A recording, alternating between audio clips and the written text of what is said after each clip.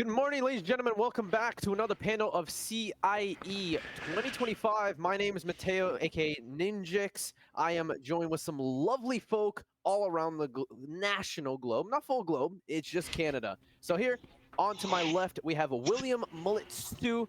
Give some introductions, and I'll get you to answer a question after you introduce yourself there. Hi, everybody. Really happy to be here. I go by William Stu. Some people call me Will Stu.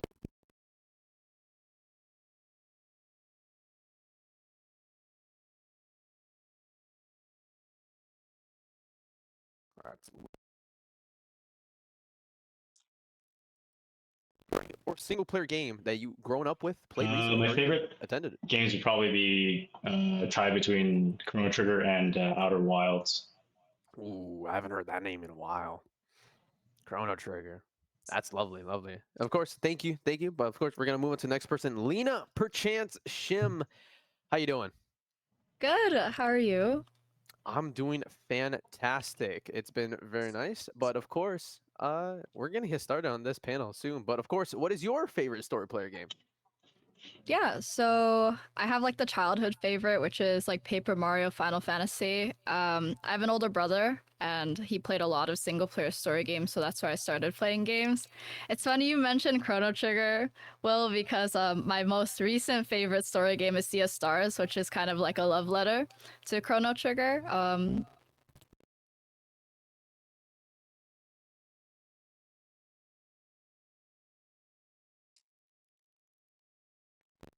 To all these games and the major DLCs that comes out years later. What a lovely time. Of course, not to forget this man, Hugo. How you doing, buddy? Introduce yourself. Hi everyone, I'm doing great. Thanks for asking. I've been on like the media side of the esports industry since 2019, so I've been doing lots of graphic design, motion design, anything that lets me be creative, I love doing. That's amazing. Of course, single player story game. What is it? I have to say, I don't know if you guys have heard of it, but Football Manager, I've been really getting into lately, and FIFA, I love that stuff. Ooh. Okay. Now I have to ask, console, PC, or mobile? Because there is some mobile games out there of that alike. So where do you mainly play on that? PC and mobile. Okay. Multi-gamer. I like it. And last but not certainly not least, Emil Milvanjaka, if I'm pronouncing that right. Of course. How you doing? Introduce yourself. I'm good. Thanks for having me. Yeah, I'm a bit all over the place in esports and gaming. I'm on the board of directors of the Quebec Esports Federation, Esport Canada.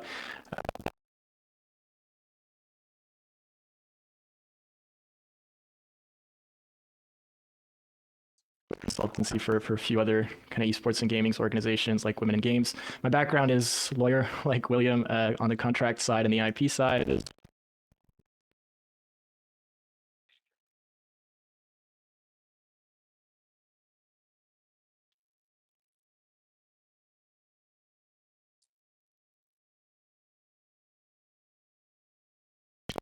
Give my tidbit. I personally love, and from the amount of story and things that have come up, there's two games, and they're very, very closely tied here.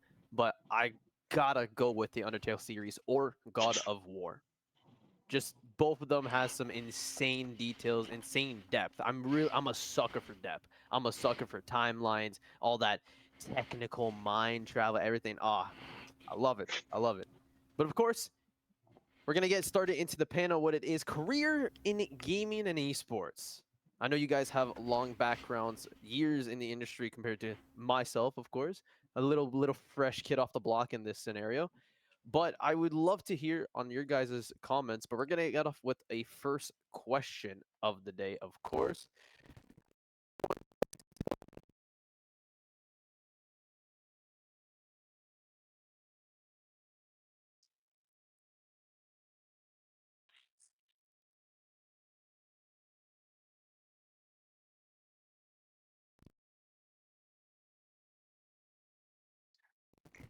Yeah, thanks. Well, my journey into the industry kind of started when I was about 8 years old. My brother was playing CS 1.6, and then it was all over from there because he like handed the keyboard and mouse to me, and be like, "Hey, why don't you play this obviously not appropriate game to hand an 8-year-old?" And it was over from there. So from then, a major dream of mine. It used to be a lawyer as my first priority, and then I was, oh man, I want to go pro.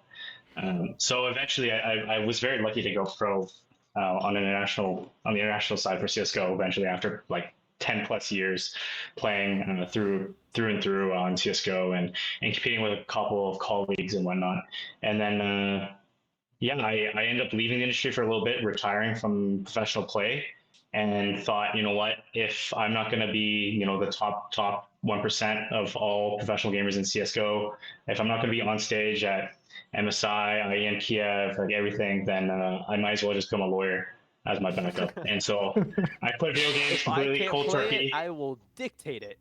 Yeah, that's right. So I quit video games for 2 years, like cold turkey, going from 14 to 16-hour days practicing Wow. CS:GO to just like full addict cold turkey, time to study for school. And then I went through law school and said, you know what, I kind of miss video games. It's such a deep Yeah. part of your life. And then I went back into it from the law school side. So in law school, I helped with the University of Alberta Esports Association. Uh, I led that as president for a bit, got to work with some great brands nationally, internationally. We got to ring up the first non-binary Valorant team in the Wow. collegiate space. It was fantastic. It was very rewarding. And now I'm out here going, you know what? I would love to just be a lawyer in gaming esports and whatnot, because I don't think it's something I can ever leave. Yeah. Yeah, I can't see someone as like passionate, even to kind of transition and go cold turkey as that. I've heard like a couple of stories of people that have been able to achieve that in different contexts, but within the esports scene, it's a rough industry to be able to kind of follow through on those steps and to be able to achieve your dreams in that standard. I mean, you got to give it up. You got to give it up. Is there any key moments that that apart from the first non-binary team that you mentioned there, is there any other key moments that really kind of made this is what I want to do. I feel good in this position. What was Hmm. kind of the route there? Well, when I was leading the University of Alberta's Esports Association, I had a very lucky moment where I was a part of the uh, TSM mentorship program. I pitched myself. I said, I want to be a part of this. I want to learn how the esports industry works, despite the fact that, they're young, I'm not in California. I was in Edmonton at the time. And I was very lucky to be personally mentored by the former director of marketing at TSM.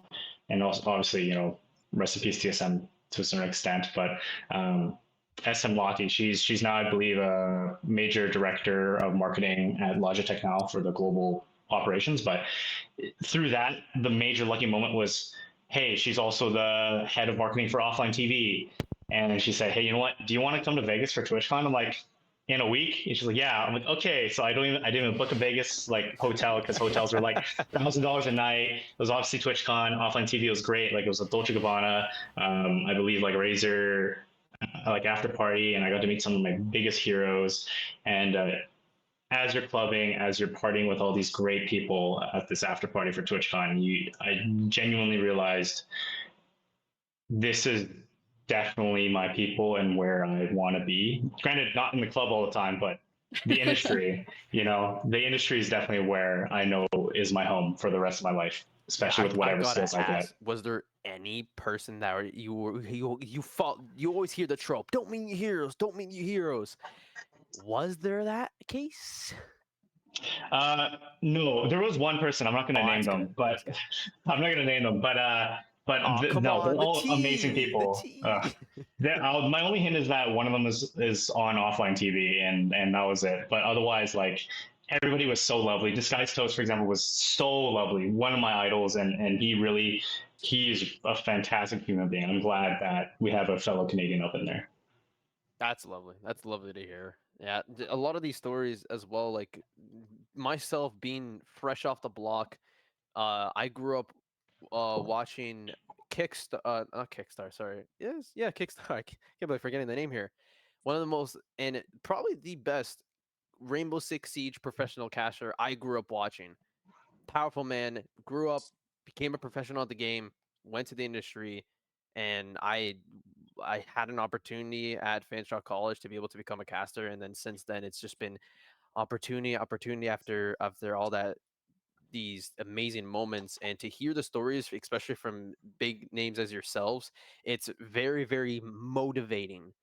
It's powerful to be able to hear these instances of be like, wow, they did the work to get to where they are, and look at the passion, not just the happiness, but the passion you guys put into your work, right? And of course, we got many people to hear, and I want to move on to Lena. It's the same question. What drove you to where you are and all that good jazz? Oh man, long story. I think we're gonna have a lot of long stories, but I'm currently the esports team lead at Humber Polytechnic, so I run our varsity program. But if we rewind 7 years ago, I had no idea how to get into esports. I got my first shot of actually managing the UFT team at the time because I posted on like a Toronto League of Legends Facebook page being like, I really want to do something. I don't have the experience for it, but I want to give something a chance. I wanted to try either like tournaments or team management, just like anything, really. And the I think top laner at the time reached out to me, and I was like, wow, this is crazy that this is actually turning into something. So I started in player management. Loved the people I worked with. The coach at the time, Deos. He really liked working with me, so he was doing stuff in amateur, so that's like tier 2 semi-pro, and I just continued from there doing more player management. Went to my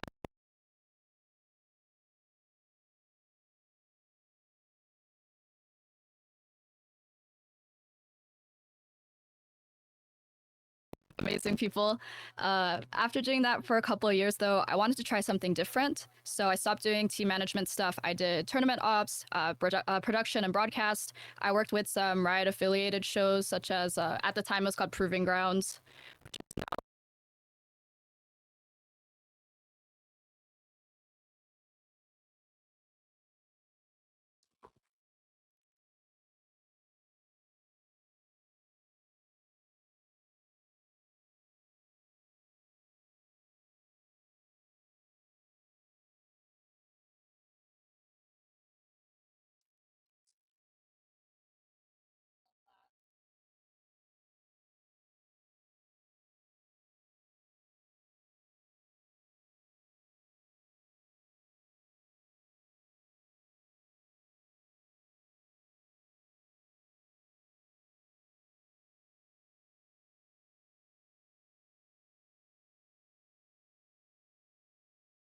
About 2 years ago.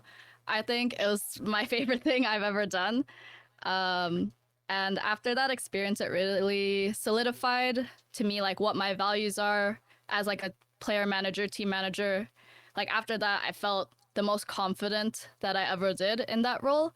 And I said like I took a break from my studies, but after a semester, I ran into Humber Esports at my college. So looped back into esports pretty much immediately after I said I was going to take a break. Graduated last year, and I've been officially hired, and I've been working there since. Wow, what a journey!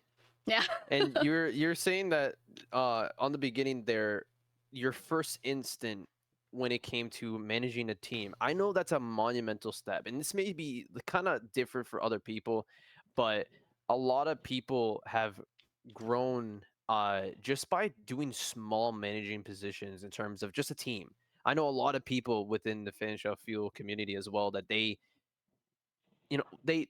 know a game like the back of their hand, Mm-hmm. and that's just the primary skill they have. They go, they will do the work, they do what they need to do, and they rise to the occasion because they see these diamonds in the rough where their minds are insanely expansive, and just can apply such fundamentals to a group of people that are just playing the game, not only for fun, but they want to be able to earn something. They want to be able to Mm-hmm. achieve something, whether it's a medal, whether it's a title, whether it's just the ego itself, to be like, I won this. So I kind of want you to kind of dive into the mindset. What kind of made you take that step? Apart from what you said already, but like, was there a moment that you kind of sat down and thought, like, yeah, I'm let's go? Um, Well, yeah, player management was what I started in, of course. but I jumped around to explore. I was fortunate to do that in my time in esports, to not be kind of like stuck in the one area I started in. But I mentioned that team, like Mirage. We were together for a little over a year, which was pretty rare at the time, with like turnover with seasons and players. And that time with them, I call them like kind of like my golden team. It was just like we all really wanted to win. We all really wanted to improve. We still argued a lot, don't get me wrong, but we I mean, really had. are you really friends if you don't argue sometimes? Yeah, Let's be exactly. Like honest. normal Let's to be butt honest. heads, you know, and be like mad at each other and, you know, all of that stuff. But that like community we had all together, like, well, our ADC at the time, Neo, he like promoted up into academy, and it was just like all the things that you probably want to see when you're in like tier 2 semi-pro. And the new eight, we're like freaking out because one of our players is gone, and we find a new player who ends up to be like this 15-year-old like diamond in the rough that no one ever thought. He's wonderful. He still competes now to this day. Oh, that's lovely. There's just like a sense of like I'm so proud of them. Like that team we had was amazing. We had amazing memories together. And then I mentioned LCS Game Changers at the end. That kind of like solidified for me, being like, well, if I want to do esports, I definitely want to be in a part of the industry where I can impact the experience of players directly. Game Changers was so much fun, seeing like all of these like women, marginalized genders get this opportunity to like be on a team for the first time, try like professional coaching for the first time, and like all these things. And then we got to do a LAN in LA where we all got to meet each other in person. Like it was all just so wonderful. And shout out to my mid laner, Tomo, but she was the lowest ranked player that we had. And she worked extremely hard and hit Grandmaster for the very first time after Game Changers because it was so motivating for her. And Wow. like just all those like moments and memories, like I will always remember them like forever. These like achievements that all my players have gotten, and me being beside them is extremely like gratifying for me. Yeah, it's like I said before, like the passion that you see these players apply themselves, and even people in the industry as well. It's something truly, truly impactful that you'll be able to utilize not only for your own goals, but it also impacts the younger generation that be like, they're seeing these people grow, achieve anything. And even if they have a small fan base of like their family supporting them, their friends, their teachers. I know teachers that are like watching these people rise up to the occasion and support not only academically but also emotionally in that aspect. It's really, really, really cool and a huge opportunity to be able to be that involved in that experience itself. I'm going to move on to Hugo to answer the same thing, to talk about how you got into the industry, what you brought up, and some key moments there as well. Yeah, so I started, I think like a lot of people my age, I got into the esports because of Fortnite. Like sort of during COVID. It's like 2019, 2020. I saw Booga, they had like all the Fortnite World Cup stuff had gone.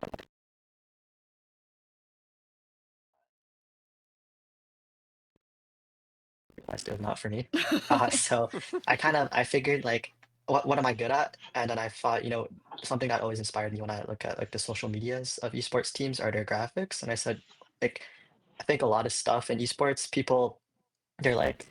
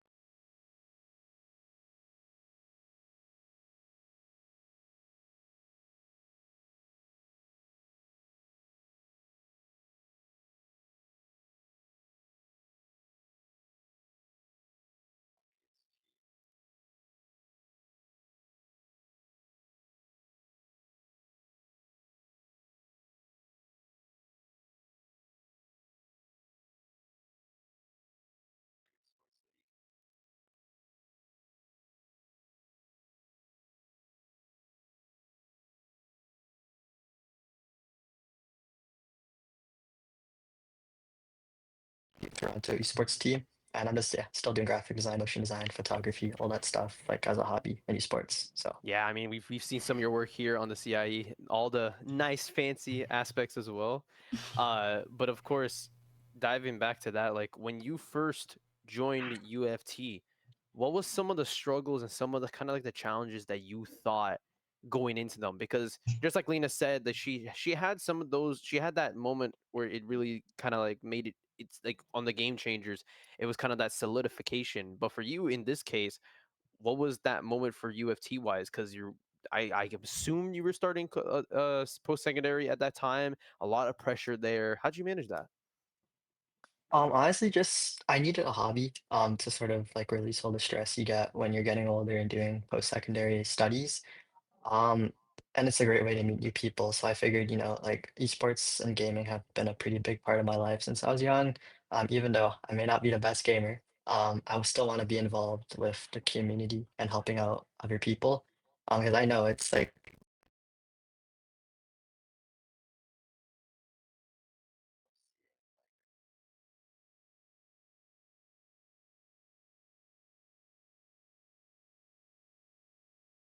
that's just something that pushed me through a lot of like the patches where I was like questioning, should I stick around? Yeah, that's good. That's real good, and that's something that I can personally relate to as well because I wanted to be. I kind of grew up wanting that professionalism in Rainbow Six Siege. I wanted to be able to actually be a really good player, and I'm a decent player now. But there's a lot of areas that I want to improve. But I mainly wanted to be able to impact those around me within the game. So when I grew up and saw Kickstarter just uh, doing bringing that such positive attitude. I wanted to do that, and the opportunity that Fanshawe gave me at the time with Fuel Esports kind of fulfilled that too. And as you said, I needed a hobby as well. I wanted something to take off my mind, and I love that the SAP containment breach area. So that's like my secondary lore hobby. But I need something to do physically. There's always something that you need to do in life to distract yourselves.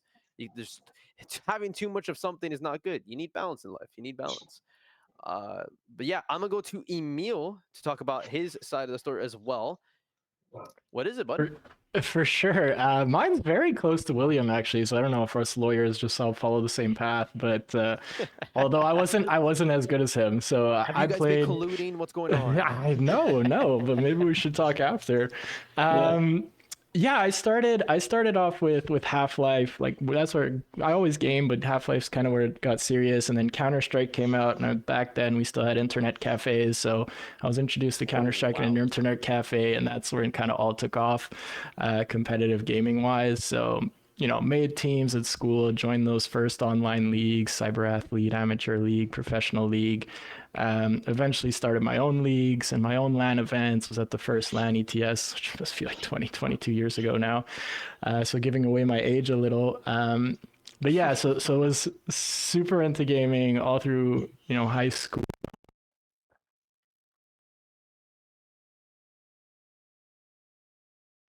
Then when I went into university for my first bachelor, I kind of put gaming aside. So longer than William, I probably left for like 10 years or so. I think he left for just a couple. I left the gaming for 10 years, studied business, did a bachelor in business, got 3 law degrees, did my MBA, worked for a couple of big law firms, and then a few years ago got back into it. I always loved gaming. I was watching it on Twitch, but I wasn't gaming anymore. And maybe William knows this, but when you're a lawyer and studying law, like it takes up a lot of your time. But then eventually I moved into a role that gave me a little more free time, after hours.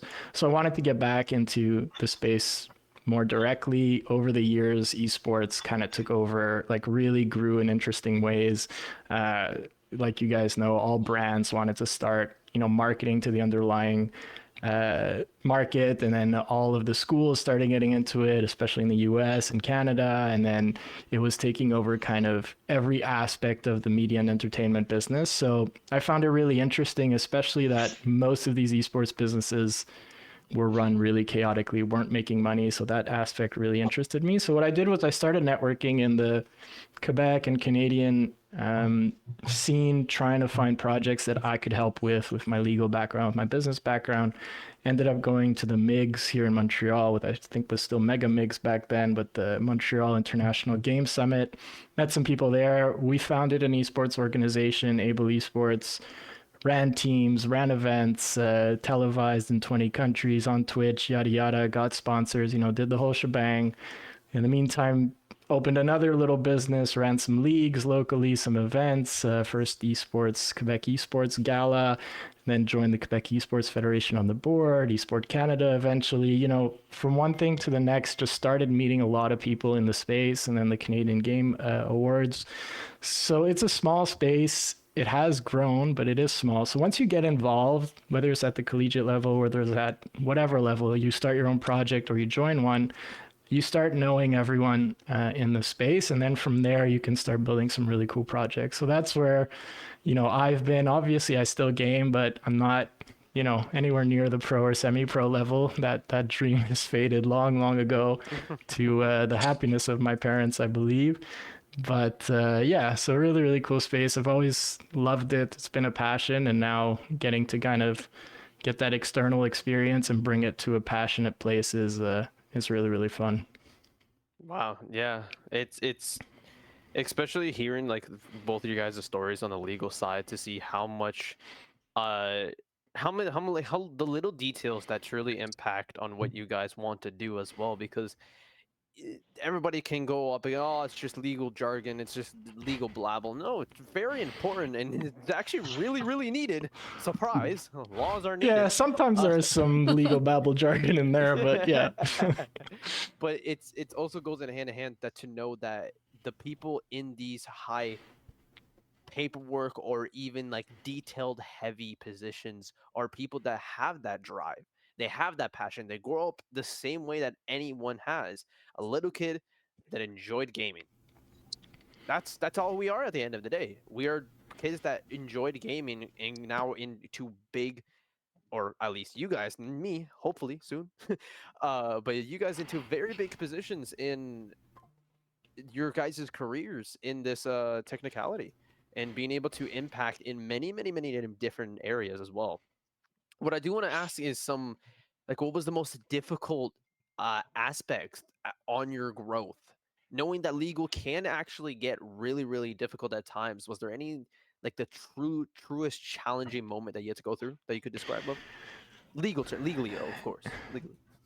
I mean, outside of esports, legal is just it's a tough industry when you're in the big firms, just because the culture is very, you bill per hour and you just work as many hours as possible. With respect to esports, what was challenging legally is how, I don't want to use the word crooked, but how oddly a lot of the legal stuff is handled. So I think what I love with this panel and what I love about collegiate esports is we're getting a lot of people with education, with experience outside of the space coming into it. And I think esports needs that. So esports has grown from passion, and that's great. You need the passion.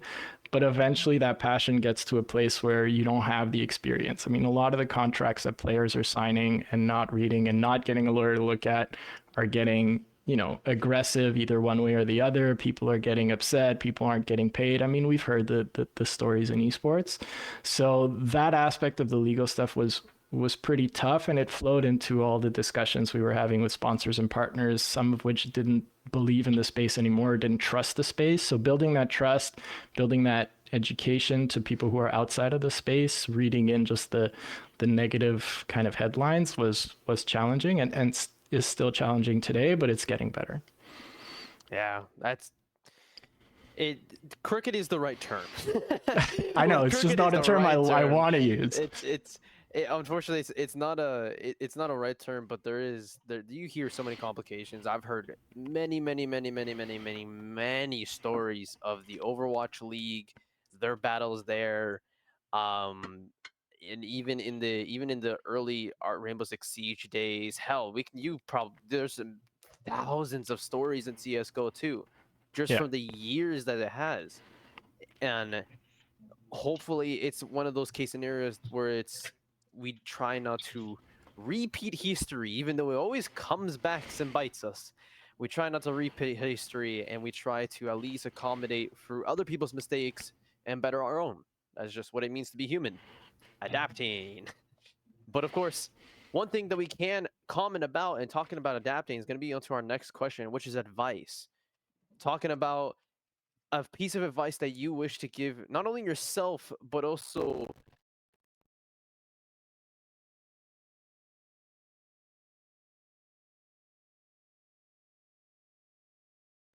all you guys have. I'm gonna start it with Lena though. All right, mixing it up. Um, for me, one piece of advice I'd give myself, or just like anyone doing esports stuff right now, is kind of like have fun. And by that, I mean have a better balance of when you're doing your esports work and when you're doing like your other fun stuff.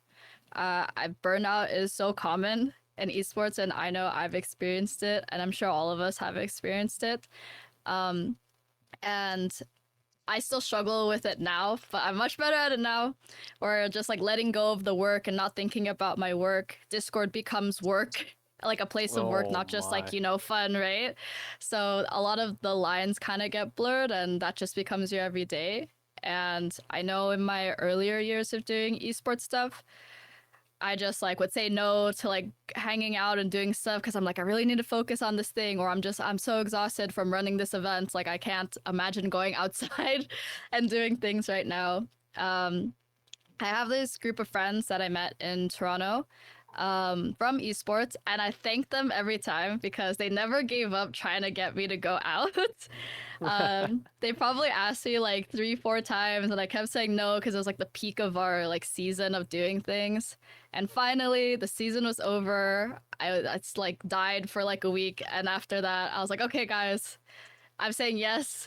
Finally, we are hanging out. I got to meet them all for the first time. It was amazing to like hang out with people I met online, like in person in my city, enjoy the summer, and just have fun. I have a lot more moments of that now, and I think that's led to a lot of like my current happiness. Like I love my job. It can be very stressful, but having that balance like has definitely like quality of life just up. So that'd be my advice. Yeah, it's and even like even locally too. There's some people that meet others online and they don't even fathom the existence to be able to meet them. It could be your closest friend. I met one of my best friends literally on Siege, just a random casual match, and he is the best guy I should say two because they both actually yeah met both the two trusted members in my life, apart from my mother and my family of course.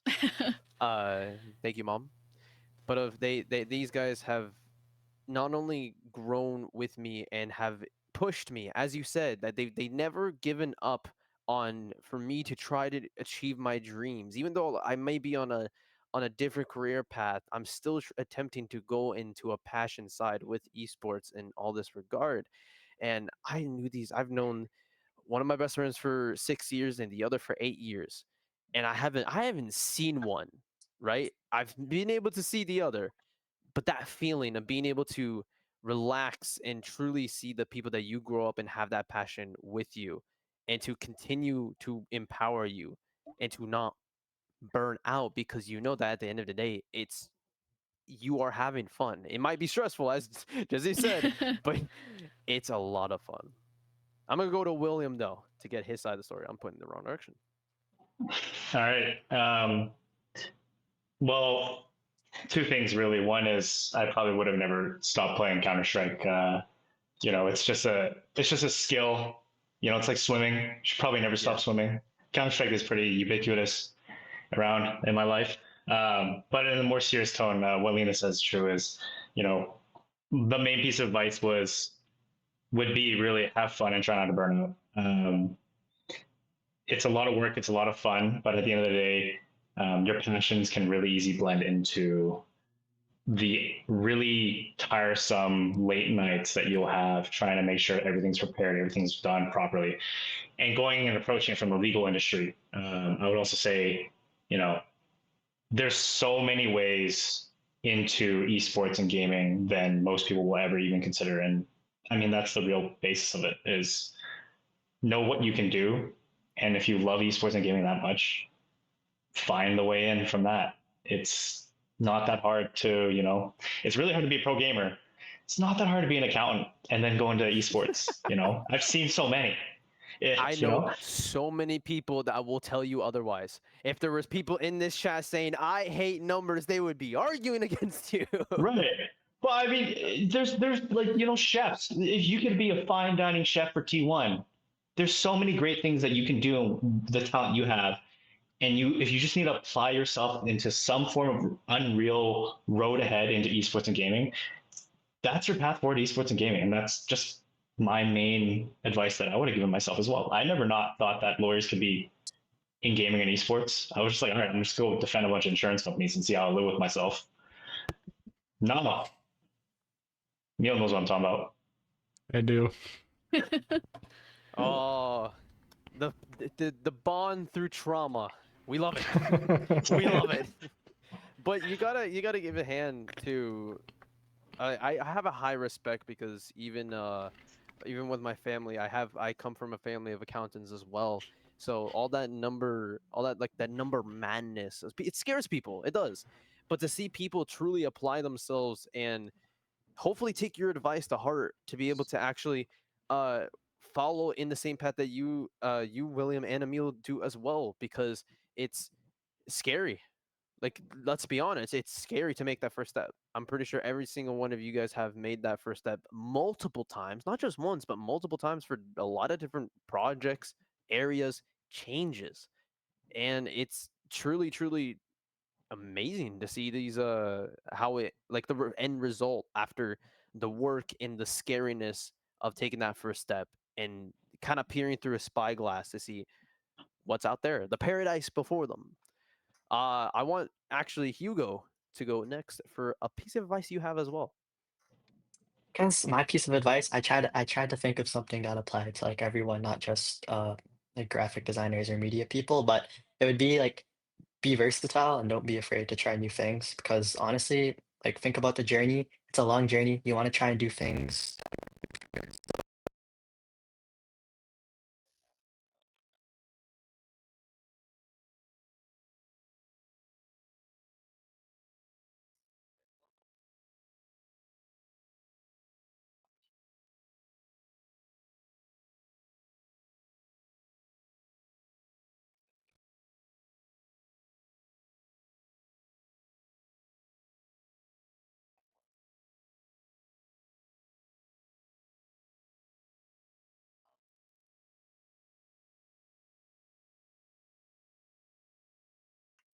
different industries and different applications in that. So yeah, that's just my advice. Just have Yeah, fun, be versatile. it's I've seen some people that are starting their careers as well, and even some of the industry panelists, hosts that we have in CIE, the producers that we have, the observers, all the people that you see in the background that are truly starting their careers from like different collegiate schools, impacting their skills into different programs, different areas, and huge, awesome events like CIE and the thousands others as well. Uh, to see them use that fun for something, who knows, that can be a giant future for them. Emil, what do you got for us? I love the advice that was just given by Hugo, Lena, and William. I mean, I agree with all of it. If you want to learn something today, like Hugo said, be versatile in esports. It's always a pro to know many things and be a jack of all trades, but also you have the tools today to learn anything you want. It's insane the tools we have today. Back in my Thank day you, when I wanted to YouTube. learn, yeah, and AI and whatever it is. Back in my day when I wanted to learn a smoke in CS, I had to go figure it out myself. And now it's, Oh, you know, Lena too, like, Thousands you of know, notes. make sure it's fun, it stays fun. When it becomes work and burnout, it is a real thing in esports. And then, you know, what William said, there are so many ways of getting into esports, not just pro gaming, be a lawyer, an accountant, whatever you like. And Hugo's a great example of that. I mean, he said, oh, I suck at Fortnite, but man, I can learn how to be a graphic designer.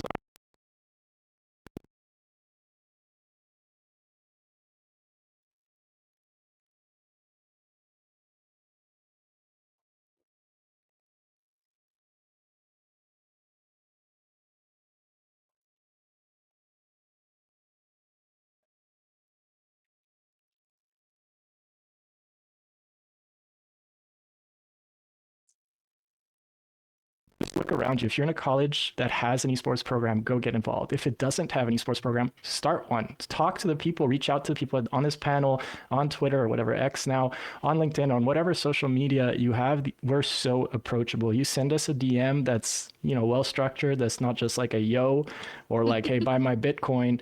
And we will answer. We will answer, and we'll give you advice, and we'll connect you to people. Oh, come on, man! I want my ape. I want my NFT ape.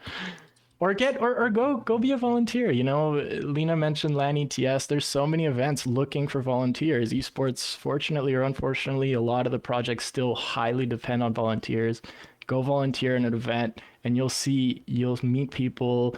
You'll start getting involved in more stuff, and it just goes from there. It won't start day one, but it'll grow with time. So if you put like all four of these things together, I think honestly there's nothing stopping you. Learn a skill, make sure it stays fun, look at all the different ways you can get involved, and just start talking, start networking, and yeah, it's a space that has space.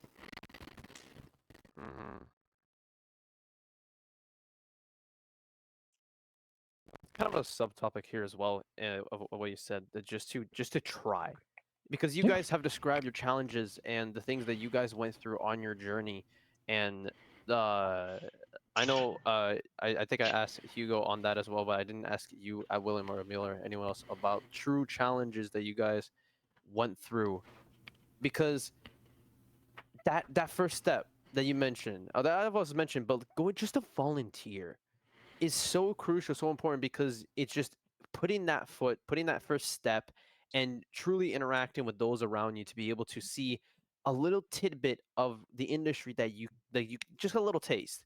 No pun intended with the cooks. We love the cooks, but just a little taste of what can truly be something that you can see your end goal being, which is going to go into my next question of how you guys see your end goals. I know you guys are professionals, obviously, suit and tie and everything, Mr. William. But I want some comments on what kind of futures you guys see, being so far in the industry, having so much experience. What do you guys see yourself in 1, 5, 10 years? I'm gonna start with William this time.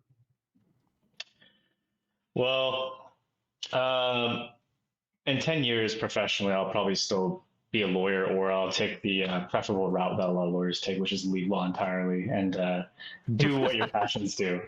But and that's part of it is, a lot of lawyers, at least in my, coming from my background, I articled at a large law firm in Alberta. Lawyers leave the profession entirely, like 50% of them within 5 years. They leave the profession entirely. Yeah. But Is on there the any esports side of reason things, why to that? Like, It sucks. That's why. yeah, there you go. There you go. But I'll say this: in 10 years, I still hope to be a lawyer in esports, because I just have endless energy for the industry and video games, and as well as just competition and what it brings. I imagine actually even beyond, in 20 years from now, there's probably still going to be a lot of esports going on, and CS:GO already has what's the best way to say it? Old people leagues. I'm gonna be there. Like I'll be there. professional bingo. The silver foxes. Let's go. Yeah. Yeah, the silver foxes. That's right. Yeah, I mean, there's like a full there's a CS:GO team or a CS2 team based in Japan. That's all very old people. America as well. Like I see myself in 5-10 years still, chugging along, honing my legal skills, and making sure that as I go and hone these skills, that they apply to the legal industry. And in esports, it's constantly changing. And funny enough, I doubt anybody's figured it out yet. And by that time, I doubt anybody's even going to be even closer than they are today. So it's going to have to be me having to think on my feet and tread lightly and making sure that I keep up the pace. Wow. Hugo? Honestly, in 10 years, that's a long ways away. But for me, honestly, hopefully I'm still doing like graphic design, still doing all this stuff on the side of media production. I've really enjoyed it. And one thing that okay, I have to be honest, William and Emil are scaring me a bit, but like the legal side of the esports industry has like interested me a lot. And not just esports industry, but just like the legal profession in general. As I've had to like interact with a lot of like these powerful people, like authority people who, run these esports organizations. And when they're talking to me about like the branding and whatnot, I have to be pretty specific on like the colors I use, the logos, like the format, the placement of everything. And that got me thinking, like, that's pretty intense. Like people when they look at a nice graphic or like a production of, um, like a CS:GO LAN or Valorant Masters, they kind of just glance over all of the technical details, like sponsor placements, the way the transitions are formed. Like there's so much intricacies going on behind that. So honestly, like getting into that has always interested me. So yes, hopefully.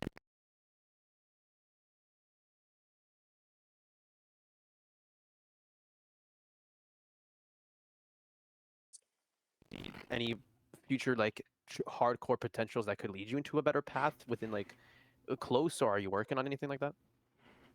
I started, it's not directly related to esports, but I'm working with the varsity team at U of T as on like their media production side. And honestly, I have to be completely real. Like if it wasn't for esports, I would not have that position. Esports, you just drop the E, it turns into sports, and a lot of the stuff you apply in one realm, you can apply to another. So Wow, that's amazing to hear. Lena, your turn. 10 years is a long time. Well, 10 years for the industry, I hope it is more stable. I'm sure we all feel that way. I hope it's more Oh, stable. please, please. But for myself, like I mentioned, like I'm doing stuff with a collegiate program right now. Even though Humber Esports has technically been around for I think 5-6 years, we have like a new senior administrator. The whole restructure. This is only like our second year. Um, after like things kind of slowed down after COVID. And I genuinely love what I do. If I was still at Humber like 5 years from now, I would be extremely happy. Um, except I want my job to be full time, but that's fine. But other than that, but no, I generally enjoy what I'm doing in the collegiate space right now. Years ago, I wanted to work at a tier one, like professional org, like a C9 Team Liquid kind of thing in LA. But as I kept doing things in esports, I didn't really want to do that anymore. And I remember an old friend of mine was like, Lena, collegiate is where it's at. And I didn't like explore that realm yet. But now I am. And whether it's with Humber or another school in Ontario or somewhere else in Canada or who even knows, um, I love what we're doing in collegiate. I love empowering students and their experiences. I love making them love going to school because they get to do a bunch of other things like creative production, marketing, and then on top of competing. Um, our program, like I said, we're like restructuring, so a lot of it is just building it from the ground up. We just built, I use a power drill for the first time. We built tables and chairs for like a new space. So that's all ground up, like rebuilt we're doing right now. But I think someone is interested in everything. but yeah, in 10 years from now, if I'm still doing collegiate stuff in esports, I think I'd be very happy. Yeah, it's really impactful. Yes, yes. Hi. I think he loves it. I think he loves esports more than I do. Damn dog. But it's very like cool to hear these. Like, I keep saying this, but I'm gonna repeat and sound like a broken record because I want to really entice and really impact how how saying these stories and being able to set a goal. Even though you're so far in the industry, you still like we're still always setting goals. We're humans. We're adapting. We're achieving. We're always setting benchmarks to be our next achievement gaming term. Like it's our next achievement. We want to have that new point in multiple games. That's why a lot of different